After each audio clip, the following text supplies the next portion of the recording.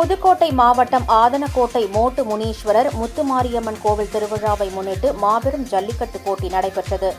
இப்போட்டியை புதுக்கோட்டை மாவட்டம் வருவாய்த்துறை அதிகாரிகள் மற்றும் கிராம மக்கள் முன்னிலையில் ஜல்லிக்கட்டு வீரர்கள் உறுதிமொழி ஏற்றனர். அதனைத் தொடர்ந்து வாடிவாசலிலிருந்து கோவில் காளை முதலில் அவிழ்த்து விடப்பட்டதை அடுத்து வரிசையாக காளைகள் களமிறக்கப்பட்டன. இந்த ஜல்லிக்கட்டு போட்டியில் புதுக்கோட்டை மாவட்டம் மட்டுமல்லாமல் தஞ்சாவூர், திருச்சி, சிவகங்கை, தேனி, திண்டுக்கல் உள்ளிட்ட தமிழகத்தின் பல்வேறு பகுதிகளில் இருந்து 650 காளைகளும் 300 மாடுபிடி வீரர்களும் பங்கேற்றனர்.